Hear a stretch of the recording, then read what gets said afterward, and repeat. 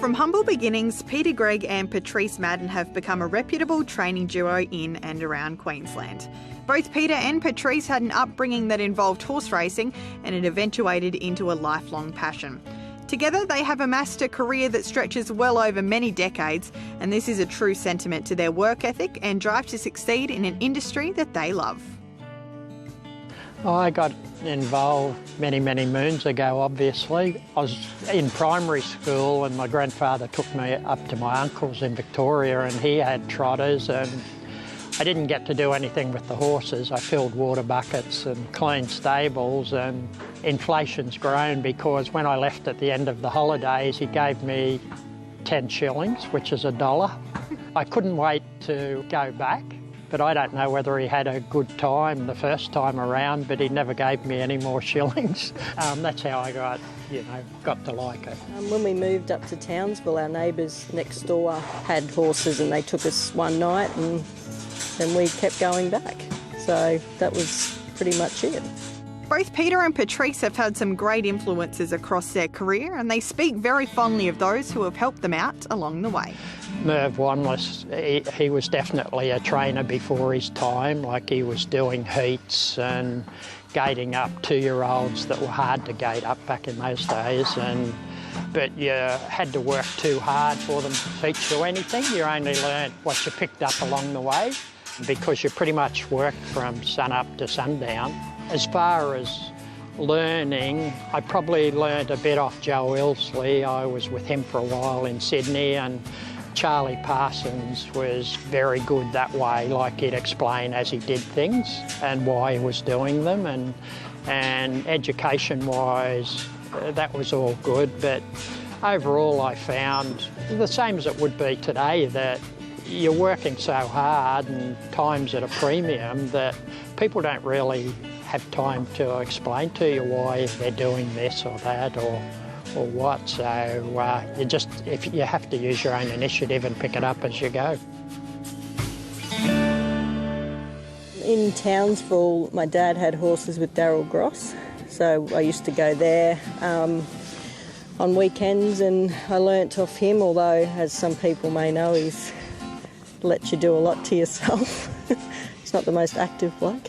But so I learnt a lot by just standing there watching him. He never really sort of did a lot, but yeah, he just watching him and what he did, then I'd go to the races and just hang out down the stables and learn that way. And then when we moved back to Brisbane, I was helping John McMullen on weekends and school holidays.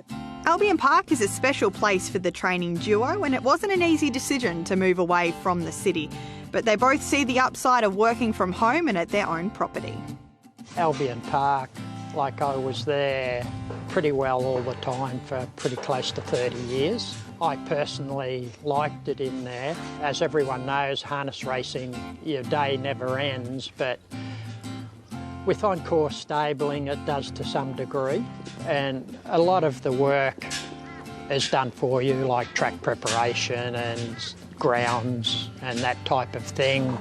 Whereas out here, I think it's great for the horses and we enjoy it, but the days never end out here. Every day you do the things that have to be done, but it just seems like you never finish doing the things that need to be done. So that's the main thing. I loved it at Albion, and I know people say horses need the spaces and that type of thing, but most galloping stables don't have space when the horses are in work. And I mean, I've never been to Hong Kong, but by all accounts, they're stabled permanently there, and it's the horse racing mecca of the world. So I don't think it's too bad. As I say, I thought it had at least as many fors as against. For many couples, connecting their work life with their personal life can be a difficult task, sometimes a disastrous one. In Peter and Patrice's case, it is quite the opposite. They seem to have found a winning formula which works for both of them. I'll be honest, we're both sulkers, so we don't ever have an argument, because if anyone burrs up, the other one stops talking. It gets solved very quickly. That's lasted overnight once or twice, and that's the extent of not getting on. But I'd have to say that We love working together. We work together absolutely super, I feel. You know, we both do everything and both make decisions, and that's not easy with two people and training, as you'd know, but don't really have much conflict in deciding issues. In fact, I'd say almost none. And it works great. And like I think Patrice works too hard, to be honest, because when you're doing the track work, it's the relatively easy part of it. And when I'm having a little rest for half an hour at a time out there, Patrice has got to keep going. And like, I'd like that to change, but it's just the nature of the industry we're in. We both love it. Don't get me wrong, like on different days we say let's give it away, but so far both of us haven't said that on the same day. So we're still going strong, and you know, I can't see any total end to it, you know, because we do both love it so much. The pair have trained and driven winners all around the eastern seaboard. In saying that, their best horse to date is one that has had a hard luck story, one by the name of Bodhi Tree. He had both knees cleaned out. Yeah, both knees cleaned out, had them operated on. He's done both front tendons. Then he injured his pelvis and couldn't get out of a walk for 3 months.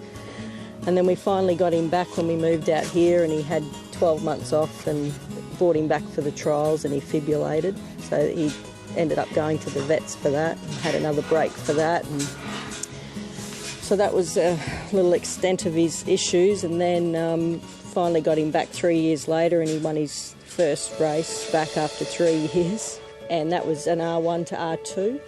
And then 12 months later he's competing in the Group 1 Sunshine Sprint and Black's a Fake, which was just crazy. But of his milestones, he got the Aged Horse of the Year last season. I think he gave Talia McMullen her first Metro win. Pete and Leonard are both on 10 wins each on him. He'd won 21 races at Albion Park, and I'm pretty sure, I haven't confirmed it, but I know with a month to the end of last season he'd won the most races of any horse in Australia. So that was all within one season. So he's just been an amazing horse. This year alone, Peter and Patrice have purchased 7 yearlings, and along with the likes of Heavy Hitter and Bonnie's Cam, they have had their hands full with potential stars of the future. Currently, most of their success is coming from the older horses, but Patrice prefers the younger horses over the older. No, I think the babies, because Pete broke in, how many this year? 10? Yeah, something. Yeah, and you know, you're with them from day one, and it's really exciting when they get going. Plus, it's a new crop of horses. We've got a few handy older ones, but it's exciting having the new ones coming through and the yearlings. With Queensland harness racing growing year by year, the future holds great promise for them both, with no end in sight. The future's now at the moment. As I said, we're obviously very happy together and work well together, and I think you'd get used to doing less, but gee, of a Sunday we try and do something, but if we don't, we get halfway through the day and say, geez, haven't we wasted today, you know? So good. So you'd want to be aiming to do something in particular, but we really like what we do. We look forward to the races and look forward to how the horses are going to go, and it is a job because you need to go okay to make a living, but we're extremely fortunate that we both love it enough that it's not a job that you dread doing. Peter and Patrice and Brittany Graham there on